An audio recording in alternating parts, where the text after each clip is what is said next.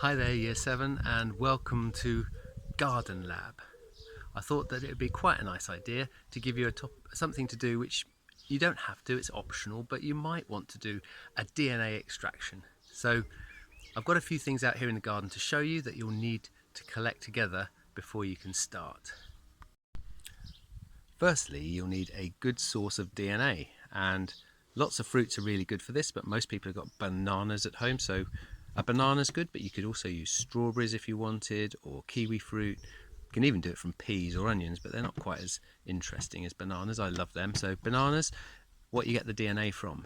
You're going to need some materials to help you extract the DNA. There are several ways of doing this. One involves a blender, so I might try using a blender. You can just use a Ziploc bag. I'll show you how to do that as well. It's really straightforward. So you need a bag which can seal along the top.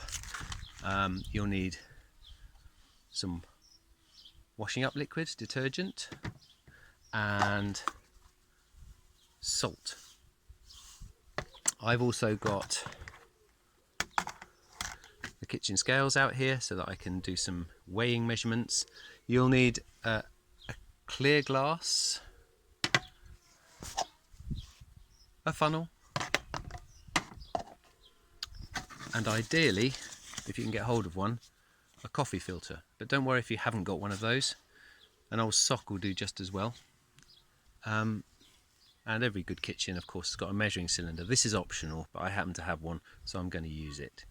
A little bit of water. And the only other ingredient that you'll need, which is something you'll have to seek adult supervision and help with, is some alcohol. It's not that one, it's a vodka. But if you can get hold of some rubbing alcohol or any form of ethanol, usually 70% or more, it works best. So you could try, if you can't get that, some methylated alcohol. That's the other thing that you could use. So that's all of the ingredients collected together in one place. Let's get this garden lab going.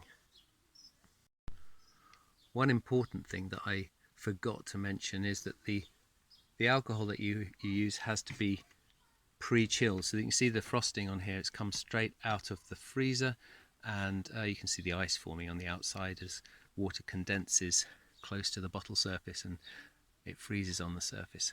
A little bit of physics going on there as well. First thing I'm going to do is to measure out 50 millilitres of water. 1 gram of water is 1 milliliter, so I'm just going to try and get 50 grams of water. Perfect. Next thing I'm going to do is I'm going to dissolve 5 grams of salt in it. There we go. 5 grams of salt, in it goes.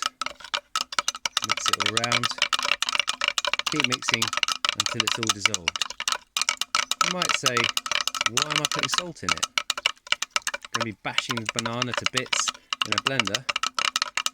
Well, you need extra ingredients to try and actually break the cells open and to actually extract the DNA out of their tiny little membrane-bound capsules, the nucleus. And in order to break the DNA out of the cell, you have to destroy its membranes. The cell membranes otherwise wouldn't let the DNA out. So you've got to break the outer membrane, and you've got to break the nuclear membrane. And so salt is going to help to do that, and it's also going to help to extract the DNA and to visualize it later on. The other thing we need is the washing up liquid, which is going to help, that's nice and dissolved now, to break open the membranes and let the DNA out. So I've got some salty water, and now we're ready to do some banana blending. So just going to peel my banana, put the water to one side for a moment, peel the banana, there we go, about half of it, break it into bits, chuck it in your blender.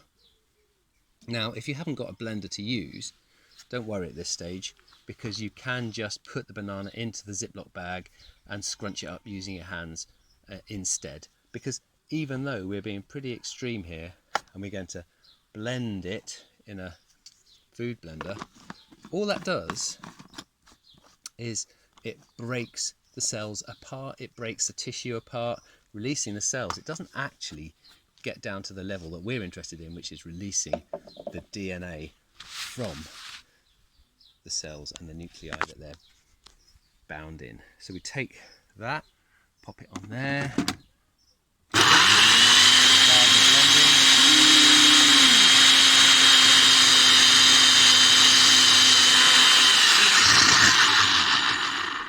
there we are. I think at this stage it's fair to say we have a nice salty banana smoothie. Good thing about this this little game is that you've got some banana left over, so you can dip it.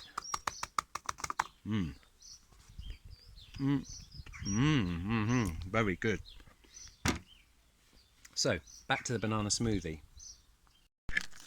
So as I said earlier, the banana smoothie is just banana cells and liquid, lots of salt in it at the moment, and this is where the Ziploc bag comes in. Now if you didn't want to, or didn't have a food processor, you could just put the banana in, seal it up and give it a good old squidge with your hands to break it all apart. So I've been lazy really and let the food processor do that for me.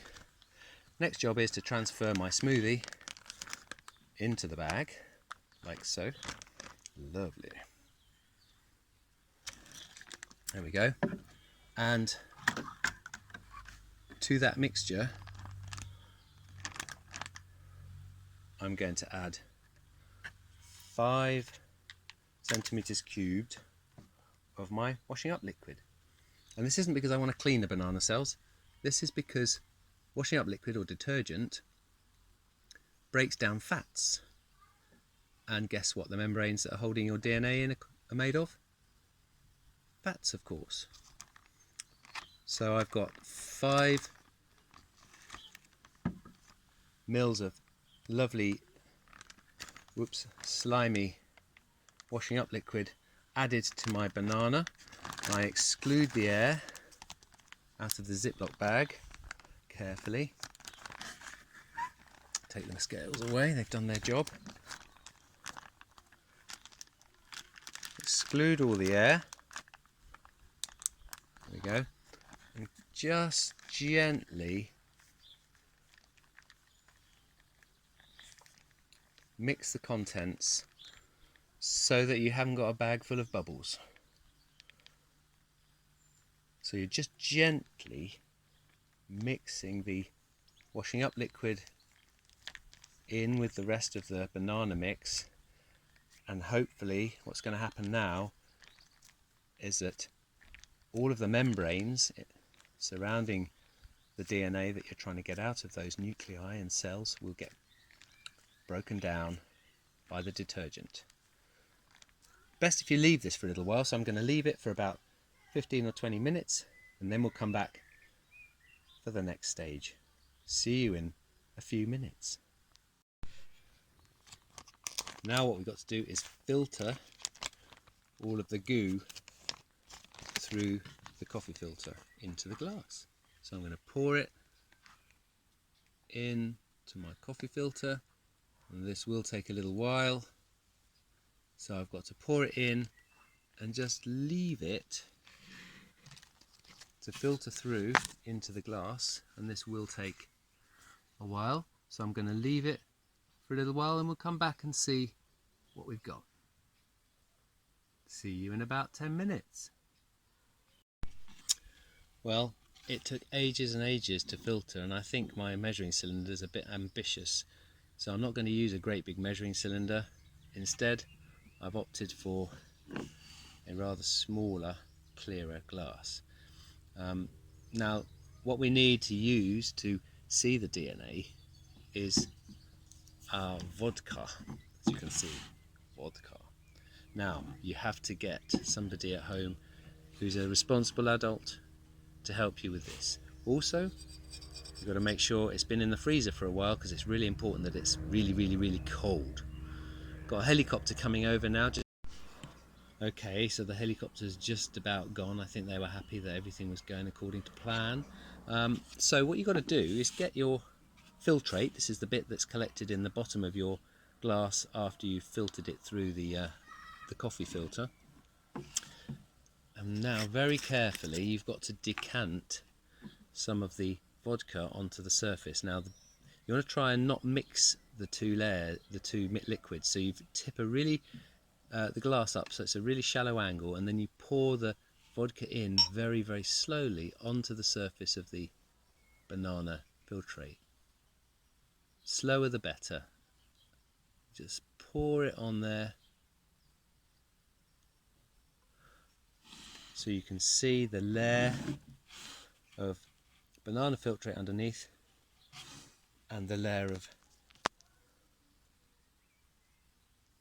vodka sitting on the top. Now what we're interested in is what happens at the junction between those two layers.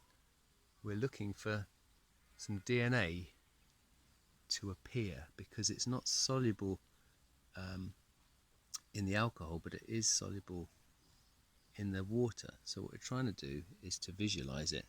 So we leave it for a couple of minutes and we'll come back to it and see if we've got some DNA out.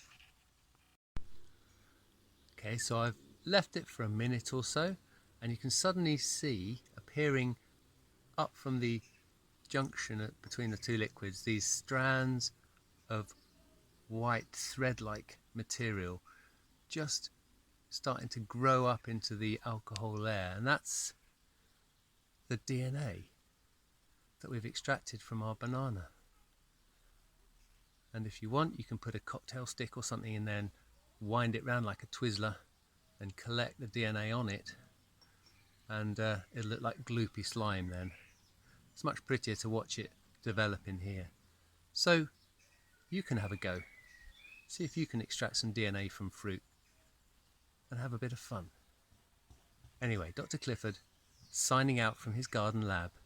Have a great week.